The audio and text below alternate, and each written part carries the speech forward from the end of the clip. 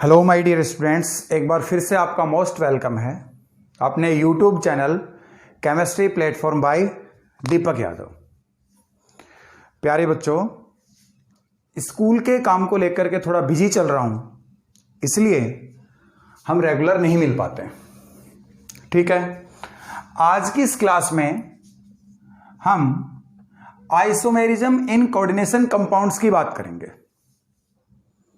Coordination compound की जो series, इसमें आज हम आइसोमेरिज्म के बारे में बात करेंगे। आइसोमेरिज्म होती क्या है, सबसे पहले इसके बारे में बात करते हैं।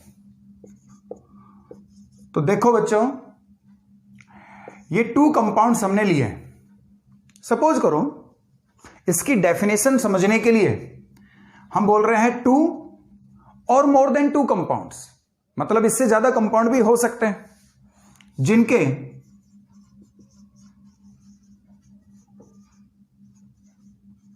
मॉलिक्यूलर फॉर्मूला सेम होते हैं, बट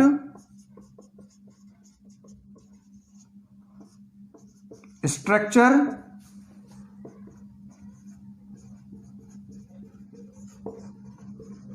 या फिर स्पेशियल अरेंजमेंट ये डिफरेंट होते हैं।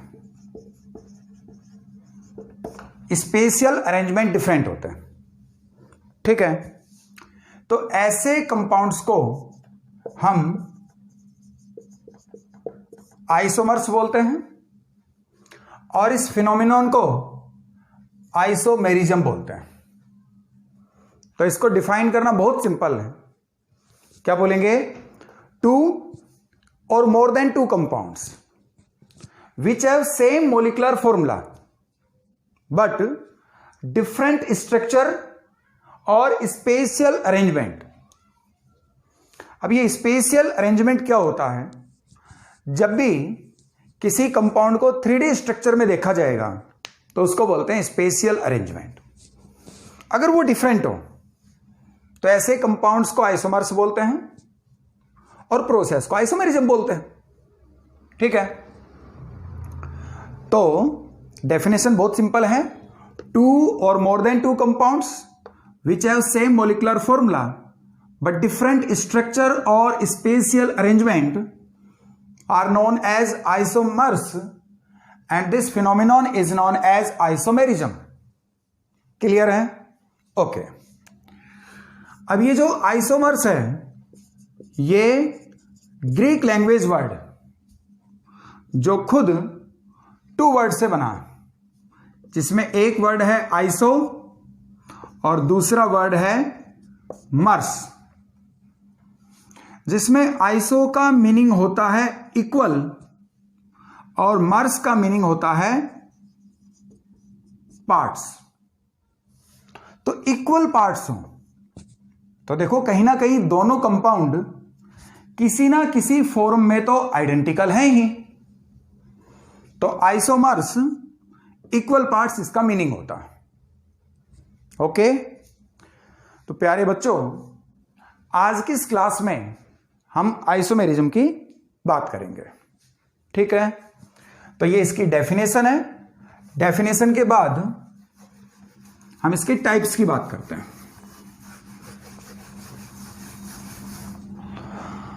तो बेसिकली आइसोमेरिज्म टू टाइप्स की होती, बेसिकली टू टाइप्स की होती। फर्स्ट है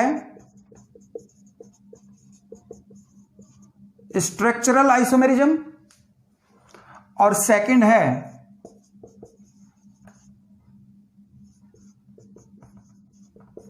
स्टेरियो आइसोमेरिज्म। ठीक है, अब बात करेंगे हम स्ट्रक्चरल आइसोमेरिज्म की, और इससे नेक्स्ट क्लास में हम स्टीरियो आइसोमेरिज्म की बात करेंगे। आज की इस क्लास में हम केवल और केवल स्ट्रक्चरल आइसोमेरिज्म के ऊपर ही फोकस करेंगे। अब इसको समझें तो स्ट्रक्चरल आइसोमेरिज्म में होता क्या है? सेम वही बात है, क्योंकि इसमें भी आइसोमेरिज्म वर्ड आ रहा है, तो मॉलिक्यूलर फॉर्मूला इनका रहेगा सेम और डिफरेंट क्या रहेंगी? स्ट्रक्चर्स। स्ट्रक्चर्स हैं वो डिफरेंट होती हैं, तो स्ट्रक्चरल आइसोमेरिज्म को डिफाइन करना बहुत सिंपल है। क्या बोलेंगे हम? 2 और more than 2 compounds which have same molecular formula but different structures are known as structural isomers, and this phenomenon is known as structural isomerism. Clear है? ओके, तो स्ट्रक्चरल आइसोमेरिज्म की बात करते हैं। ठीक है, डेफिनेशन को समझने के बाद हम स्ट्रक्चरल आइसोमेरिज्म के भी टाइप्स की बात करेंगे।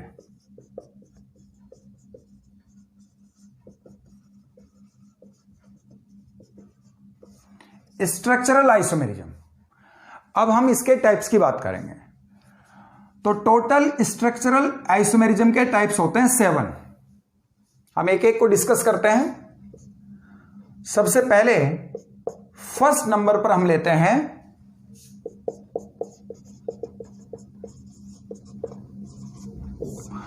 Ionisation isomerism.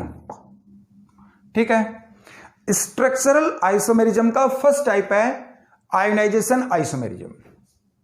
प्यारे बच्चों, जहां तक हो सके तुम इसके नेम से ही इसको लर्न करने की कोशिश करना।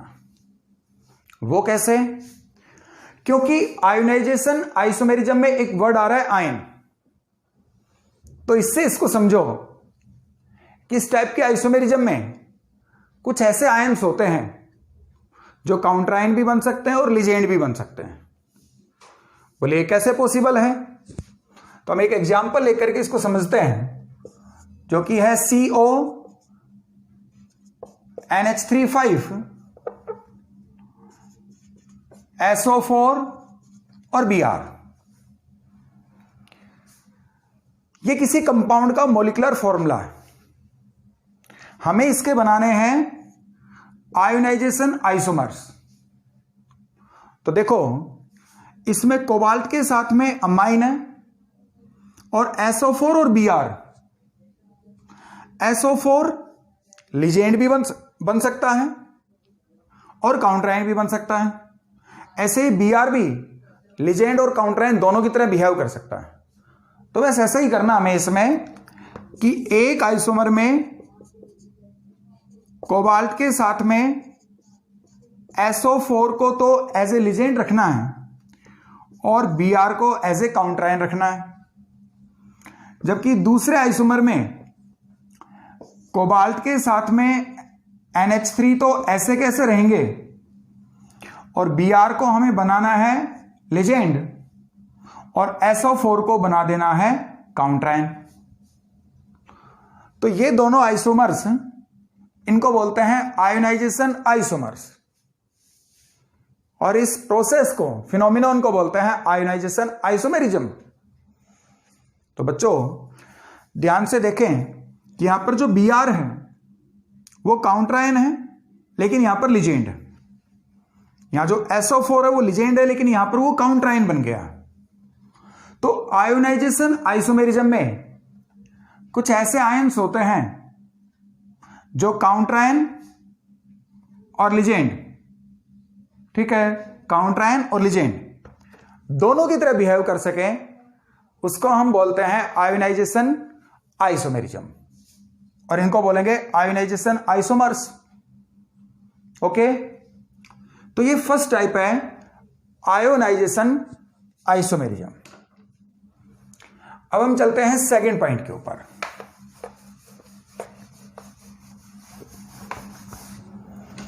सेकंड है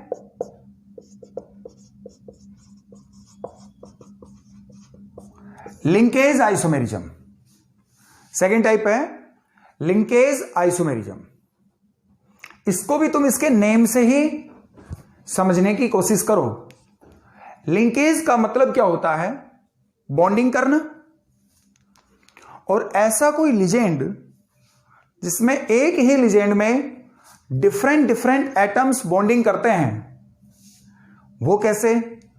देखो, जैसे CN है तो इसमें मेटल के साथ लिंकेज करेगा कार्बन, लेकिन अगर इसको मैं NC के फॉर्म में लूं तो लिंकेज करेगा नाइट्रोजन।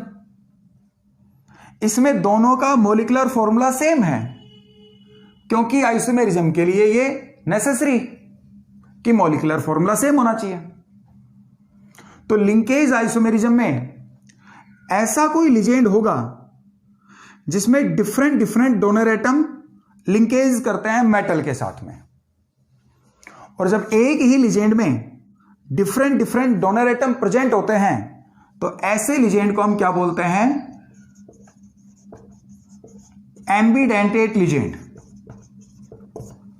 तो याद रखो, लिंकेज आइसोमेरिज्म ऐसे कंपाउंड्स में ही मिलेगी जिनमें एम्बिडेंटेट लिगेंड्स प्रेजेंट होते हैं, या फिर ऐसे बोल सकते हो कि लिंकेज आइसोमेरिज्म के लिए एम्बिडेंटेट लिगेंड्स की प्रेजेंस नेसेसरी होती, जैसे एम्बिडेंटेट लिगेंड।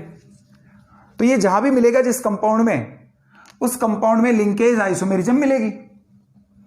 ऐसे ही जैसे मान लो कि NO2 है, तो ये नाइट्रोजन लिंकेज करता है मेटल के साथ में, लेकिन इसको ONO के फॉर्म में लिखें तो ऑक्सीजन लिंकेज करता मेटल के साथ में। दोनों का मॉलिक्यूलर फॉर्मूला सेम है, लेकिन दोनों में डिफरेंट डिफरेंट एटम्स लिंकेज करते हैं मेटल के साथ में। ओके, तो लिंकेज आइसोमेरिज्म में एम्बिडेंटेट लिगेंड की प्रेजेंस नेसेसरी होती। ठीक है, अगर मैं इसके एग्जाम्पल की बात करूं तो एग्जाम्पल हो जाएंगे इसके कि जैसे मान लो CO के साथ में NH3 है और ये NO2। ठीक है, तो ये कंपाउंड है, इसमें एम्बिडेंटेट लिगेंड भी प्रेजेंट है। हमें इसका लिंकेज आइसोमर अगर बनाना है तो हम क्या करेंगे? CO के साथ में जो NH3 है, इस NO2 में डोनर एटम को चेंज कर दें, डोनर एटम को चेंज कर दें, तो इसको बोलते हैं लिंकेज आइसोमेरिज्म। हम ये एम्बिडेंटेट लिगेंड चेंज भी कर सकते हैं। यहां पर तुमने पढ़े हैं सारे एम्बिडेंटेट लिगेंड। अगर डायरेक्टली कोई इसको देख रहा है तो उसके लिए बहुत जरूरी है कि वो पीछे के टाइप ऑफ लिगेंड के पार्ट को भी देखे और समझे कि लिगेंड्स में एम्बिडेंटेट लिगेंड्स क्या होते हैं। वो मैंने डिटेल से समझा रखे हैं पहले। तो ये लिंकेज आइसोमेरिज्म, ओके, जिसमें एम्बिडेंटेट लिगेंड की प्रेजेंस नेसेसरी होती है। डिफरेंट डिफरेंट डोनर एटम, दोनों का मॉलिक्यूलर फॉर्मूला सेम है, लेकिन बस डोनर एटम को चेंज करना है, वो भी एम्बिडेंटेट लिगेंड के। ओके, इसके बाद हम थर्ड टाइप की बात करते हैं, और थर्ड टाइप है सॉल्वेंट आइसोमेरिज्म। सॉल्वेंट आइसोमेरिज्म, लेकिन अगर सॉल्वेंट के फॉर्म में हमने वाटर लिया है तो फिर उसको हम हाइड्रेट आइसोमेरिज्म बोलते हैं। हाइड्रेट, अगर हमने वाटर मॉलिक्यूल्स को यहां पर सॉल्वेंट के फॉर्म में लिया है, सॉल्वेंट के फॉर्म में, तो उसको फिर हम हाइड्रेट आइसोमेरिज्म बोलते हैं। इसमें एक्चुअल में होता क्या है कि एक किसी कंपाउंड को लेकर के इसको समझें। जैसे मान लो ये कोई कंपाउंड है और इसमें water molecules as a ligand behave कर रहे हैं, लेकिन जब इसका आइसोमर बनाओगे तो वाटर मॉलिक्यूल को हमें बाहर लेके आना है क्रिस्टलाइन फॉर्म में। कैसे? कि ये Cr है, H2O 6 है, तो H2O को कर दें 5, एक H2O बाहर आएगा। कोऑर्डिनेशन नंबर को मेंटेन रखने के लिए एक Cl को अंदर लेके आना है, ये आ जाएंगे बाहर Cl2, पहले 3 थे अब 2 हो गए, और एक H2O मॉलिक्यूल यहां पर बाहर आ गया। बच्चों ध्यान देना, इसमें कोऑर्डिनेशन नंबर इसका 6 है और इसका कोऑर्डिनेशन नंबर भी क्या रहेगा? 6 रहेगा। कोऑर्डिनेशन नंबर को मेंटेन रखना है, इसके लिए हमने एक H2O मॉलिक्यूल को बाहर लिया है तो एक Cl को अंदर ले लिया। तो सॉल्वेंट या फिर हाइड्रेट आइसोमेरिज्म में होता क्या है कि जो वाटर मॉलिक्यूल हैं वो लिजेंड के फॉर्म में एग्जिस्ट करते हैं, लेकिन इसके आइसोमर में वो क्रिस्टलाइन फॉर्म में फ्रीली एग्जिस्ट करते हैं, क्रिस्टलाइन फॉर्म में फ्रीली एग्जिस्ट करते हैं। ठीक है, अगर इसके हम और आइसोमर बनाएं, और भी बना सकते हैं, वो कैसे कि Cr है, अब हम 2H2O मॉलिक्यूल्स को बाहर लेके आते हैं, तो H2O मॉलिक्यूल्स अंदर बच गए 4, कोऑर्डिनेशन नंबर को 6 करने के लिए Cl2 अंदर ले आएंगे, तो Cl2, बाहर Cl कितने बच गए 1, और 2H2O मॉलिक्यूल्स क्रिस्टलाइन फॉर्म में यहां पर प्रेजेंट रहेंगे।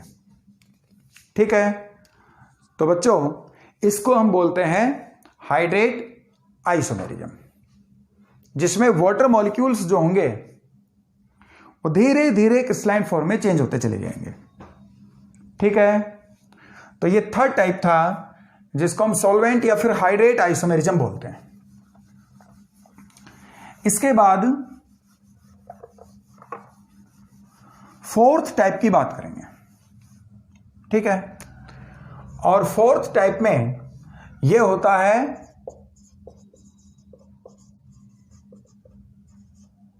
Coordination isomerism.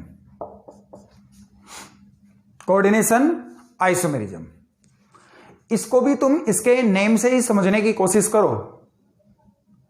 कोऑर्डिनेशन आइसोमेरिज्म में कोऑर्डिनेशन कंपाउंड्स प्रेजेंट होते हैं, और ऐसे कोऑर्डिनेशन कंपाउंड्स जिसमें 2 कोऑर्डिनेशन एंटिटी प्रेजेंट होती हैं, 2 कोऑर्डिनेशन स्पेयर्स प्रेजेंट होते हैं, कोऑर्डिनेशन स्पेयर्स, कोऑर्डिनेशन एंटिटी।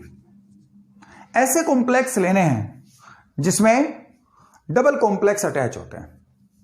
ये तुम पढ़ चुके हो कि जिसमें फर्स्ट कॉम्प्लेक्स पॉजिटिवली चार्ज और सेकंड कॉम्प्लेक्स नेगेटिवली चार्ज होता है, जिसके बारे में तुमने पढ़ा है पहले। ठीक है, तो ऐसे कंपाउंड्स अगर होंगे तो उनमें मिलेगी कोऑर्डिनेशन आइसोमेरिज्म, जिनमें 2 कॉम्प्लेक्स प्रेजेंट होते हैं। ठीक है, मैं अगर एग्जांपल की बात करूं तो सपोज करो कि CO के साथ में NH3 है 6 और Cr के साथ में Cl है 6।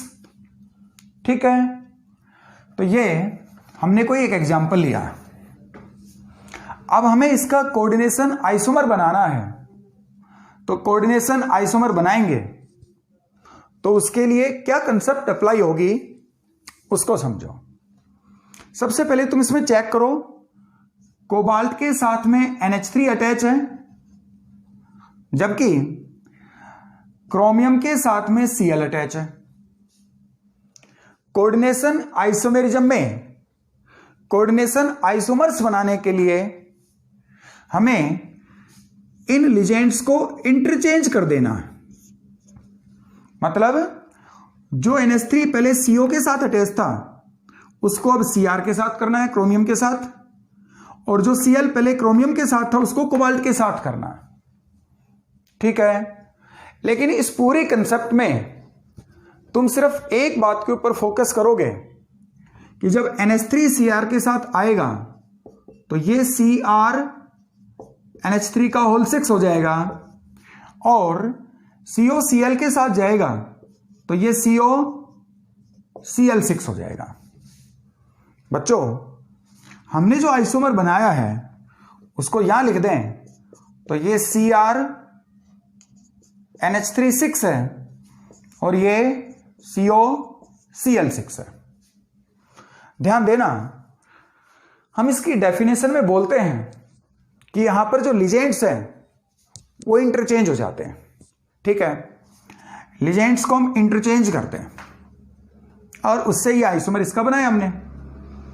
लेकिन एक बात के ऊपर ध्यान देना कि इंटरचेंज करते टाइम अगर हम थोड़ा भी ट्रैक चेंज कर दें, कैसे कि हम बोलते हैं कि Cl CO के साथ चला गया तो CO Cl6, और NH3 Cr के साथ चला गया तो Cr NH3 का होल 6, और अगर थोड़ा भी ट्रैक चेंज कर दिया हमने और इस आइसोमर को अगर इस फॉर्म में बना दिया तो ये रॉन्ग होगा। ऐसा क्यों होता है? क्योंकि तुमने पढ़ा है जब भी टू कॉम्प्लेक्स होते हैं तो फर्स्ट कॉम्प्लेक्स पॉजिटिवली चार्ज और सेकंड कॉम्प्लेक्स नेगेटिवली चार्ज होना चाहिए। जबकि ये ट्रैक हमने चेंज किया तो इसमें फर्स्ट कॉम्प्लेक्स नेगेटिवली चार्ज और सेकंड कॉम्प्लेक्स पॉजिटिवली चार्ज हो गया है। ठीक है, तो इनके आइसोमर बनाते टाइम इस बात का तुम्हें विशेष ध्यान रखना है कि कॉम्प्लेक्स पॉजिटिवली चार्ज पहले और नेगेटिवली चार्ज बाद में आएगा। देखो बात तो वही है, दिखने में सिमिलर है। COCl6 ये रहा, CrNH3 ये रहा। तो सिर्फ मिस्टेक यहां पर एक टेक्निकल मिस्टेक है कि कंसेप्ट ही चेंज हो गई कि यहां पर नेगेटिवली चार्ज कॉम्प्लेक्स पहले और पॉजिटिवली चार्ज कॉम्प्लेक्स बाद में आ गया, जबकि ऐसा नहीं होना चाहिए था। तो इसका प्रॉपर आइसोमर ये है। ठीक है, तो इनके ऊपर कैसे चार्ज कैलकुलेट करते हैं ये भी मैं पहले पढ़ा चुका हूं तुम्हें। तो ध्यान दें, कोऑर्डिनेशन आइसोमेरिज्म में हमें लिजेंड्स को इंटरचेंज करना, ये तो डेफिनेशन में लिखना है। आइसोमर बनाते टाइम तुम मेटल्स को इंटरचेंज कर सकते हो। आइसोमर बनाते टाइम तुम मेटल्स को इंटरचेंज कर सकते हो, जिससे कोई प्रॉब्लम नहीं होगी और तुम्हारे आइसोमर आराम से बन जाएंगे। तो फिर पूछें कि ऐसा क्यों बोला जाता है कि हम लिजेंड्स को इंटरचेंज करें? क्योंकि कुछ केसेस में मेटल सेम हो जाती, उस टाइम हम इसी बात के ऊपर फोकस करते हैं कि लिजेंड्स को ही इंटरचेंज करते हैं। ठीक है, वो कैसे? तो एक एग्जाम्पल से इसको हम समझ लेते हैं। ठीक है, एग्जाम्पल क्या है? ये मान लो कि Cr है, उसके साथ में NH3 है। इसके बाद मान लें कि Cr है और SCN है। इस एग्जाम्पल में हमें करना क्या होगा? जब इस एग्जाम्पल का हम कोऑर्डिनेशन आइसोमर बनाएंगे तो कोऑर्डिनेशन आइसोमर बनाते टाइम हम मेटल्स को इंटरचेंज नहीं कर सकते क्योंकि मेटल तो सेम है। तो इसका आइसोमर बनाएंगे तो लिजेंड्स को इंटरचेंज करना जरूरी। ठीक है, अब अगर लिजेंड्स को भी इंटरचेंज करें तो ये तो सेम फॉर्मूला बनेगा, सेम टू सेम फॉर्मूला बनेगा अगर हम मेटल्स को इंटरचेंज कर दें या फिर लिजेंड्स को इंटरचेंज कर दें। तो बच्चों ध्यान देना, इस केसेज में, इस टाइप के केसेज में हमें लिजेंड्स को इंटरचेंज करना है लेकिन कंप्लीट को नहीं। कैसे? ये मान लो Cr है और 6 NH3 में से हम 4 NH3 ले लेते हैं और SCN यहां पर ले आए 2।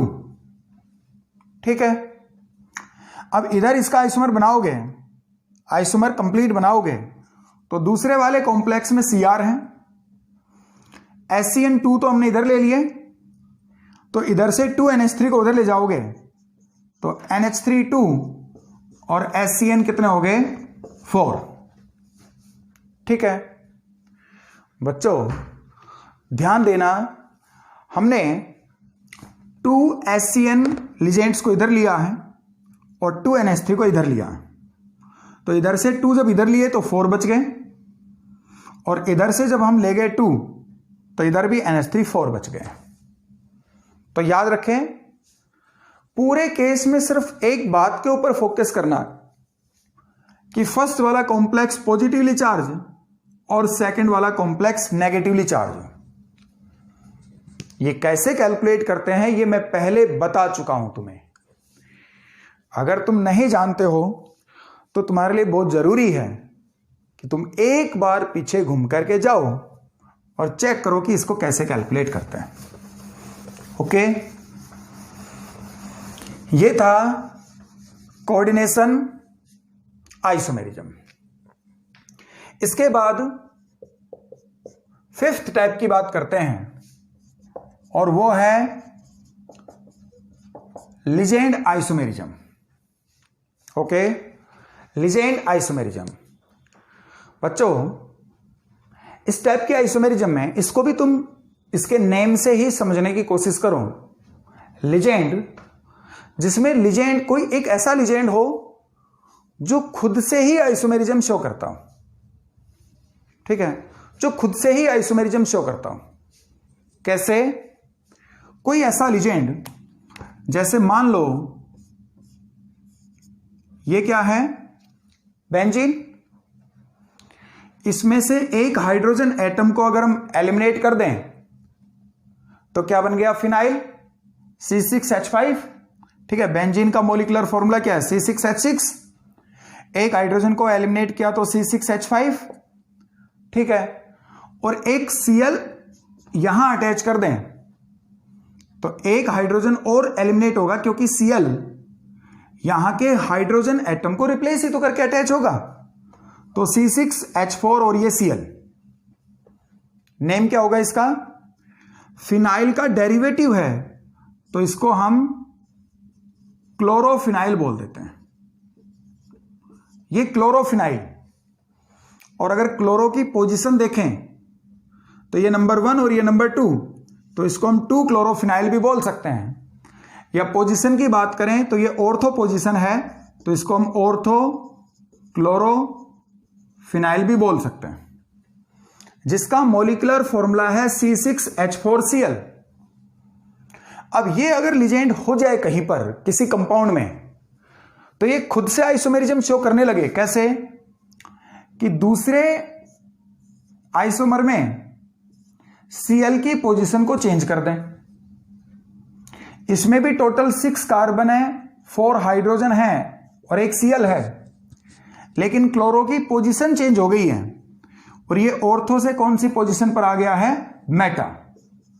तो अब इसको मेटा क्लोरोफिनाइल हम बोलेंगे, मेटा क्लोरोफिनाइल। और एक आइसोमर में अगर इस Cl को हम पैरा पोजीशन पर लेके जाएं, अब भी इसका मॉलिक्यूलर फॉर्मूला C6H4Cl ही होगा, लेकिन अब ये पैरा पोजीशन पर चला गया है तो इसको हम पैरा क्लोरोफिनाइल बोलेंगे, ठीक है। तो अगर ये लिजेंड किसी कंपाउंड में प्रेजेंट हो जिसमें खुद आइसोमेरिज्म शो कर रहा है, कैसे? कि तीनों में इसका molecular formula same,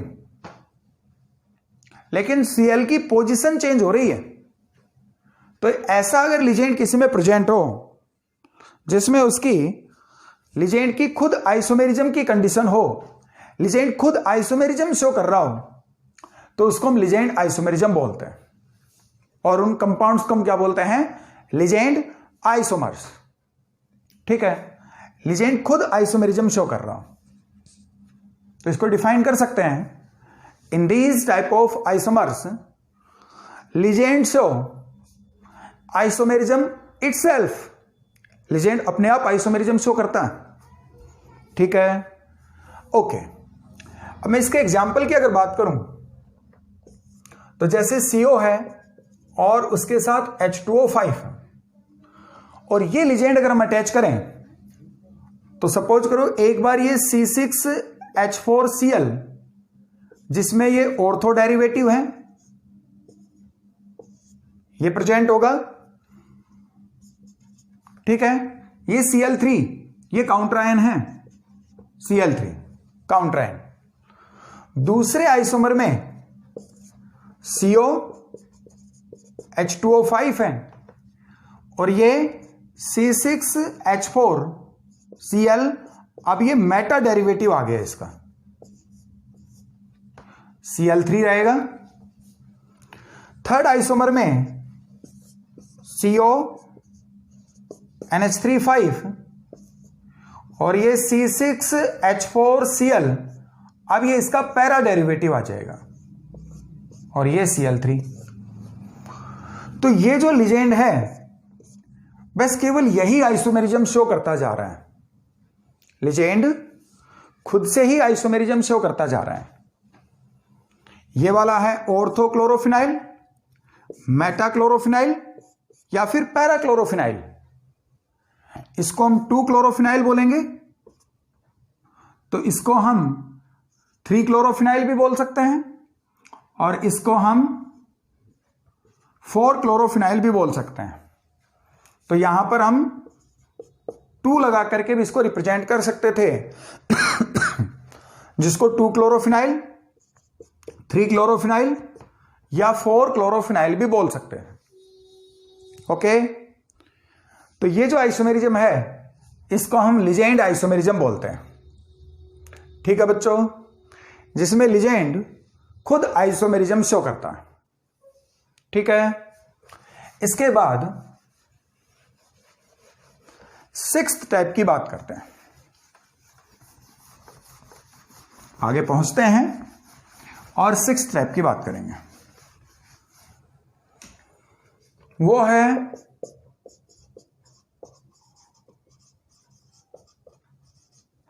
coordination position isomerism. Coordination position isomerism, coordination position isomerism. बच्चों ध्यान रखना, ये ब्रिज लिजेंड्स कंटेनिंग कंपाउंड्स में ही मिलती। जो ब्रिज कॉम्प्लेक्स थे ऐसे कंपाउंड में ही आइसोमेरिज्म मिलती। इसको बोलते हैं coordination position isomerism. Bridge legend containing compounds, bridge complex, उन्हीं के अंदर ये मिलती। जैसे इसके एग्जाम्पल की बात करें तो हमें एग्जाम्पल भी ऐसा ही लेना है जिसमें ब्रिज कॉम्प्लेक्स प्रेजेंट हो। ठीक है, ओके। इसमें ये वाले जो लिजेंड्स हैं इनको हम बोलते हैं ब्रिज कॉम्प्लेक्स। मेटल यहां पर भी कोबाल्ट है और मेटल यहां पर भी कोबाल्ट है।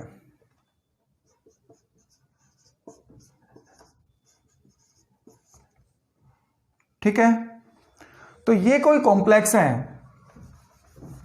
अब इसमें हमें कोऑर्डिनेशन पोजीशन आइसोमेरिज्म को शो करना, और इस कॉम्प्लेक्स को हम ब्रिज कॉम्प्लेक्स बोलते हैं क्योंकि इसमें ब्रिज लिजेंड प्रेजेंट है। ब्रिज, ब्रिज का मतलब क्या होता है? बाइंड करने वाला, ठीक है, बांधने वाला। तो यहां पर इन दोनों मेटल्स को आपस में बाइंड करने वाले ब्रिज लिजेंड।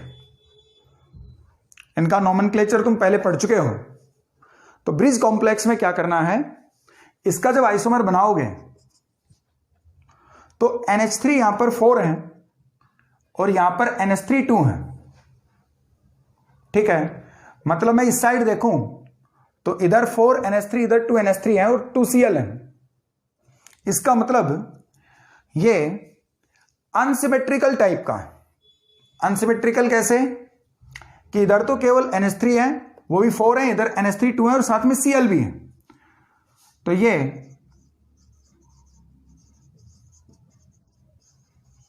अनसिमेट्रिकल टाइप का कंपाउंड है। हम इसको अगर सिमेट्रिकल बना दें तो फिर उसमें कोऑर्डिनेशन पोजीशन आइसोमेरिज्म से होने लगेगी। कैसे कि इनको बैलेंस कर दें बोथ साइड। वो कैसे कि NH3 यहां पर 4 है, अगर एक NH3 को मैं इधर ले जाऊं तो यहां 3 हो जाएंगे और यहां पर भी 3 हो जाएंगे। Cl2 है, एक Cl को अगर इधर ले आए तो बैलेंस हो जाएंगे। तो कैसे बनाएंगे, NH3 को हमने 3 कर दिया, एक Cl इधर ले आए, फिर उसके बाद कोबाल्ट, ये ब्रिज लिजेंड्स, इधर फिर कोबाल्ट, NH3 2 थे, एक NH3 को इधर पटका हमने तो NH3 यहां पर 3 हो गए और एक Cl बच गया है क्योंकि इस Cl को हमने इधर ले लिया है। तो ये अब इधर भी NH3 Cl, NH3 का ऑल थ्राइस Cl और NH3 का ऑल थ्राइस Cl। तो अब ये कैसा हो जाएगा, सिमेट्रिकल।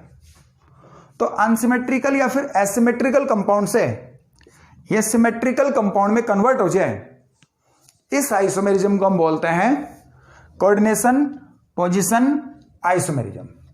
ओके, तो टोटल टाइप कितने होते हैं, 7, और हम कितने टाइप पढ़ चुके हैं यहां पर, 6 टाइप को पढ़ चुके हैं। अब last and final,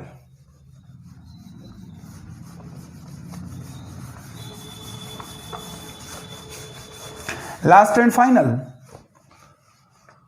7th type में।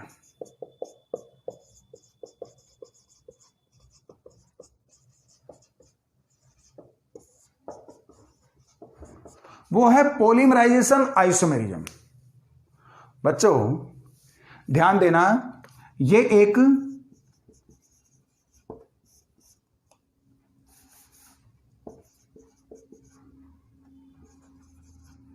स्यूडो आइसोमेरिज्म, ये एक स्यूडो आइसोमेरिज्म। स्यूडो का मतलब क्या होता है? धोखा। मतलब एक्चुअल में यह आइसोमेरिज्म नहीं है, या इसको देखने से ऐसा धोखा होता है कि कहीं आइसोमेरिज्म है। बोला मैंने कि स्यूडो आइसोमेरिज्म, ठीक है। तो देखते हैं कि इसको देखने से क्या धोखा होता है और एक्चुअल में ये क्या है। तो हम यहां पर एक एग्जाम्पल लेते हैं, जैसे ये PT NH3 का ऑल ट्वाइस है और Cl2, इसका पॉलीमराइजेशन आइसोमर बनाएंगे तो ये बनेगा इस तरीके से, PT NH3 का होल 4 PT Cl4। तो ये दोनों एक दूसरे के पॉलीमराइजेशन आइसोमर्स हैं। कैसे? क्योंकि इसमें प्लेटिनम 1 NH3 2 और Cl2, तो इसका जो रेशियो है वो 1:2:2 है। ठीक है, इधर लिखे 1:2:2 है। जबकि इसके अंदर देखें तो प्लेटिनम हो गए 2 और NH3 हो गए 4 और Cl भी हो गए 4। तो ये रेशियो, अगर इसको सिंपलेस्ट रेशियो में लिखें तो ये भी वही आएगा। ठीक है, इसका मतलब यह है कि इनका मॉलिक्यूलर फॉर्मूला सेम नहीं है। ध्यान देना, मॉलिक्यूलर फॉर्मूला सेम नहीं है। तो क्या सेम है? हमने ये जो इसका फॉर्मूला कैलकुलेट किया है, मॉलिक्यूलर फॉर्मूला से ये इसका क्या है? ये इसका एम्पिरिकल फॉर्मूला है। तो दोनों का जो एम्पिरिकल फॉर्मूला है वो सेम है, एम्पिरिकल फॉर्मूला सेम। तो इसमें मॉलिक्यूलर फॉर्मूला सेम नहीं है, इसलिए हम इसको स्यूडो आइसोमेरिज्म बोलते हैं। क्योंकि हमने पहले ही पढ़ा है कि आइसोमेरिज्म के लिए मॉलिक्यूलर फॉर्मूला का सेम होना जरूरी होता है, लेकिन यहां पर इनका मॉलिक्यूलर फॉर्मूला सेम नहीं है। और मॉलिक्यूलर फॉर्मूला सेम नहीं होने की वजह से ही इसको हम स्यूडो आइसोमेरिज्म बोलते हैं। कई जगह तो लिखा होता है कि आइसोमेरिज्म का, या आइसोमेरिज्म है ही नहीं, क्योंकि मॉलिक्यूलर फॉर्मूला ही सेम नहीं है। जबकि सेम का क्या है यहां पर? Empirical formula. और ये दोनों एक दूसरे के पॉलीमर के फॉर्म में मिल रहे हैं। ठीक है, मतलब धीरे धीरे मल्टीपल होते जा रहे हैं। ठीक है, ये तो हमने इसका सिंपलेस्ट रेशियो लिखा है जो इसका एम्पिरिकल फॉर्मूला है, तो ये इसका मल्टीपल हो गया था, इसलिए इसको हम पॉलीमराइजेशन आइसोमेरिज्म बोलते हैं। क्लियर है? ओके बच्चों, इसके सेकंड क्लास में, सेकंड पार्ट में हम इसके सेकंड टाइप की बात करेंगे, जिसको हम बोलते हैं स्टीरियो आइसोमेरिज्म। ओके।